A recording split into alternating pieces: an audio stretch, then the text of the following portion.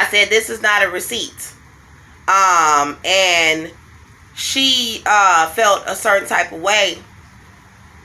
And all of a sudden she turned into like she had a white pinstriped uniform with the hat to go with it, and it was like gray pinstriped or whatever, or something, or dark black, I don't know, but I think it was gray, and she was a darker girl. She looked like, actually she had the ponytail going straight to the back, the skin tone like the girl who had the baby in the house that I said, is that your daughter? And she had the little ponytail coming out the back. And she did kind of look the same, like skin tone of the girl who I was first asking for the receipt. But when I was first asking her, she had some long tracks in her head. Some straight, like little body wave, dry tracks in her head. And I was like, I know. I said, where is your manager? I said, are you the manager? And she kind of like kept looking straight ahead, because I was on the side of the hostess stand and she was standing there. She was kind of looking straight ahead, and I was like, where is your manager? Like, are you the manager? Because she all of a sudden had this little assistant manager looking outfit on, and I was like, where is your manager? Are you the manager? And then all of a sudden some black woman was over there who was over there at first, and it looked like I seen this black woman recently, and I had some interactions with her through somebody else. And she had on, she was a brown skinned woman. She had on a black long sleeve shirt, I think, with a black uniform, like she was the manager, or like or if she wasn't the manager, like she was over this young woman in this plot. It wasn't like they was actually really, really working with me. It was actually like they was plotting on me, with how they were handling the service with me for a greater reason of why they was doing what they was doing. And so it was like she was coming to this lady like, okay, I need you to handle her because she want a receipt, And so the woman came and handed me a key, a little black key, and I grabbed it. I said, what do you want me to do with this key? You want me to go and open up the safe box and grab the receipt? Like, y'all work here, so what are you doing giving me a key? And so she kind of like ran off too, and I still didn't get a receipt. And then I was trying to talk to the black man. It was a light-skinned black man who had ran off, and I was trying to ask him, where is my receipt? And he kind of ran off too, and they all just got the hell on. And I ended up having to leave the restaurant, and I had kind of like this sort of hair color, but it was straightened, and this part of it was kind of like different hues, like black and gray, but it was straightened, like when you got natural hair and you just straighten it real good. It was like that, and it was past my shoulders and everything. And I had on this, I had on an outfit. I'm not, but you know how I dress most of the time, so I had on a little outfit, and I had my purse on. I was talking to this young woman because she came out of that restaurant, and I came out of the restaurant, and then she went into another restaurant where they were selling like little snow cones and things like that. And she started trying to make desserts in my face. Like, first we was going at it because I was like, we got into it. And it wasn't a real bad argument, but I was like, man, I'm not trusting y'all no more because, that's ridiculous. Basically, that you're treating someone else like that. And then so she went and was like, yeah, whatever. She ain't getting her manager. We don't have to listen to you. We don't have to give your money. And I was appalled. Oh, so y'all not going to give me a receipt? I only got, you really going to treat me like that? Really? And it was like the Holy Spirit was going off. It wasn't me.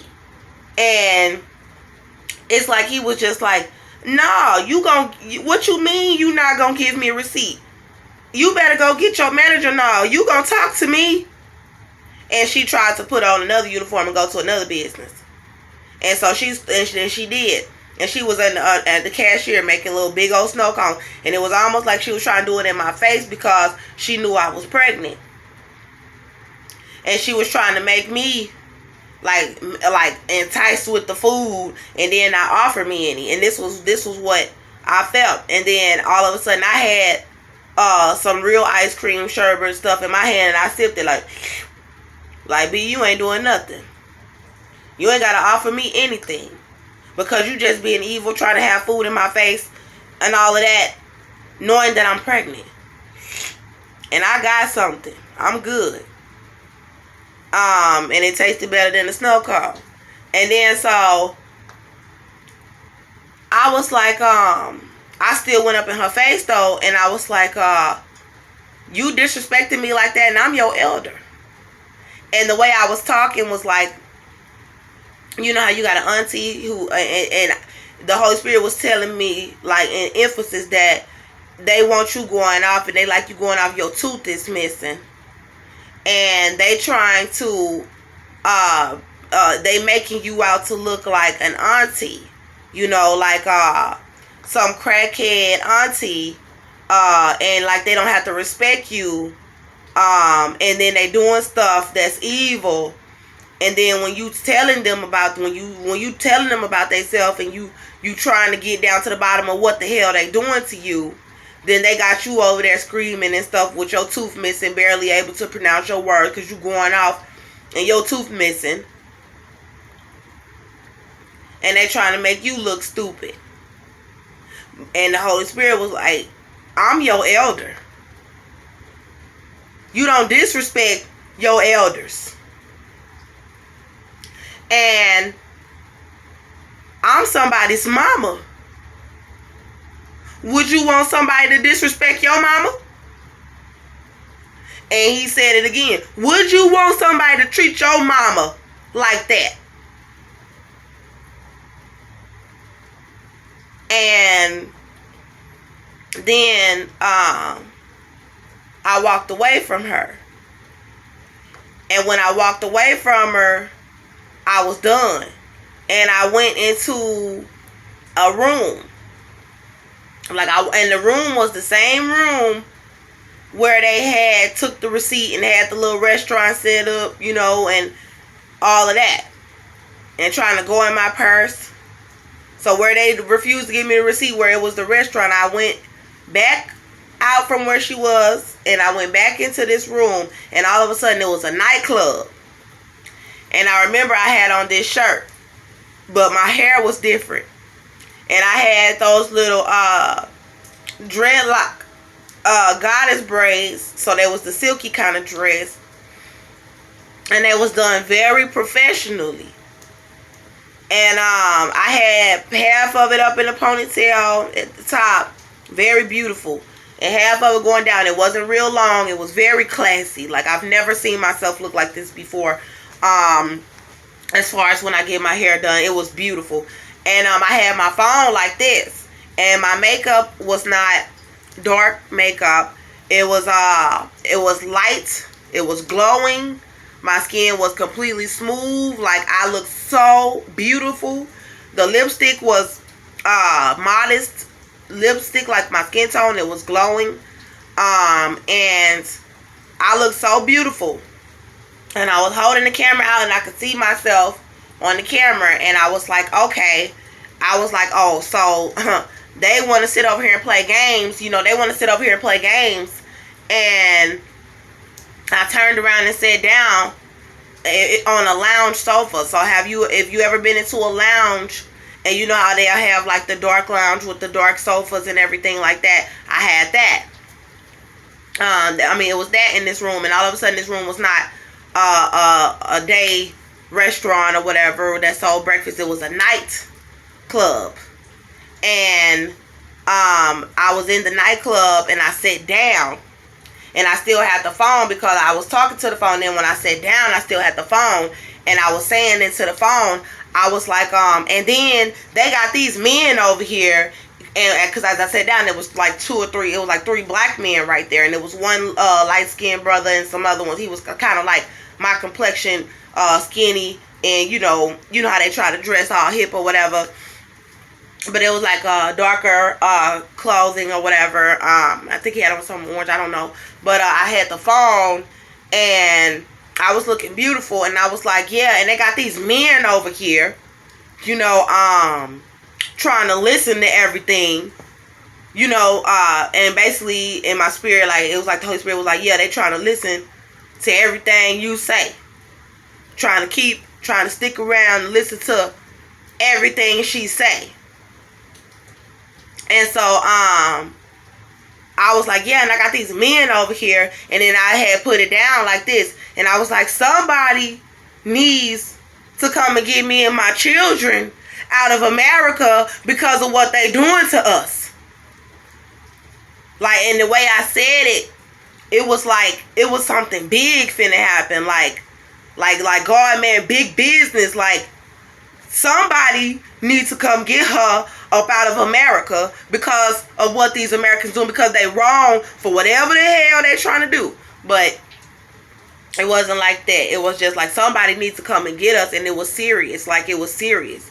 And it felt like there was somebody out there who could come, and that it was necessary to come, and that God was saying, get over here and come and get me, because what they doing is evil, and what they doing is so damn evil that God said, come get me. And that is very big, because I ain't never heard of nobody having to come get an African American woman from a whole nother country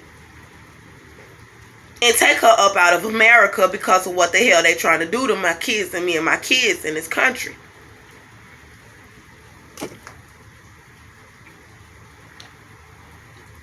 And it was like, it was something big, y'all. Like something big. Like when God, when it was saying somebody needs to come and get me and my kids, it was like, it's something big. Like, he needs somebody to do something big. Like, come and get her.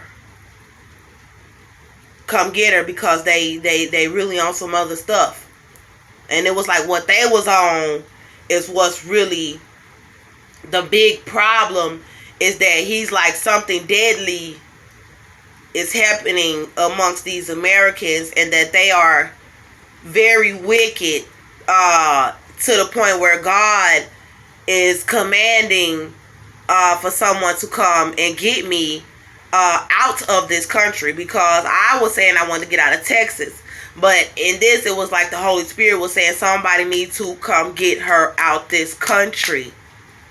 And that I was valuable enough to the Most High for somebody to go and make it happen. And then there was like something very special about my bond with Christ, and my bond with my brothers and sisters overseas, and that there's been something very deadly amongst us for hundreds of years, from overseas in America, like a connection, but with my brothers and overseas kind of understanding a little bit something else that I don't know about this country, and that the Most High was like, it's time. Somebody needs to come and get her. Like, something about America, like what these Americans are doing, like a detachment from America. And that there's something greater for me and my children, and that there's some sort of extreme condemnation on the other Americans that's not upon my life. And that whatever that they are trying to do to me and my child is illegal. That is illegal, what they're doing, and that is very evil, very satanic. And God, it was like God was saying, like the Holy Spirit was saying, it's serious enough, like, where y'all need to just come and get her. Like, ain't no just leaving her here with these people. Do not do this. Do not leave her. Somebody needs to come and get her. So that's kind of opening my eyes to where I'm like, okay, somebody just needs to come and get me out of America. And that's very scary to think. I grew up here.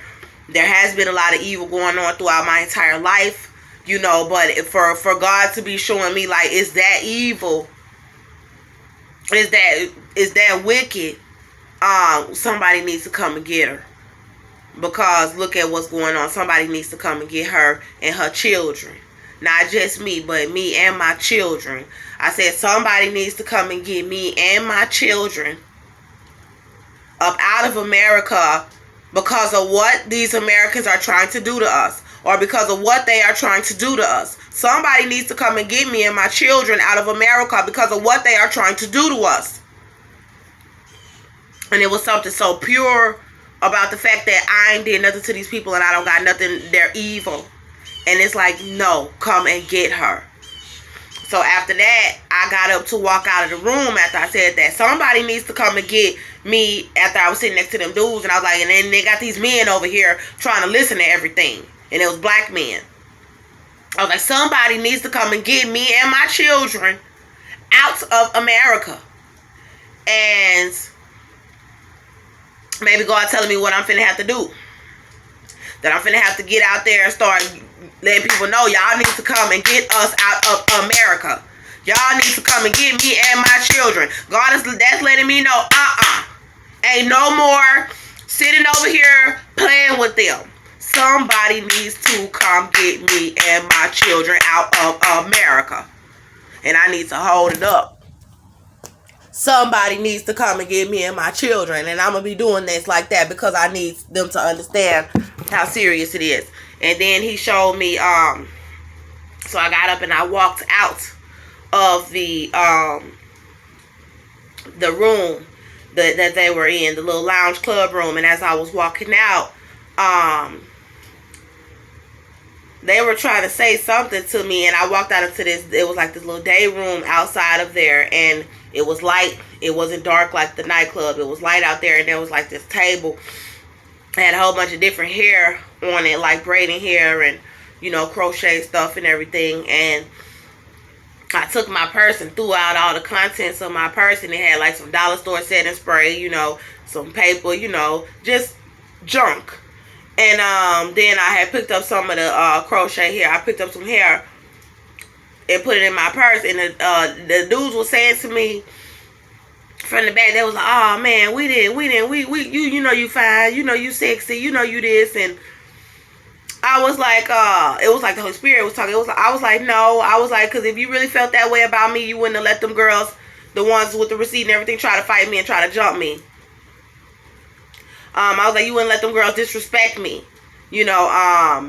And then so the man came out. One of the men came out of the room, the one who had walked away when I was asking for my receipt and everything. I don't know if that was him or not, but I think it was.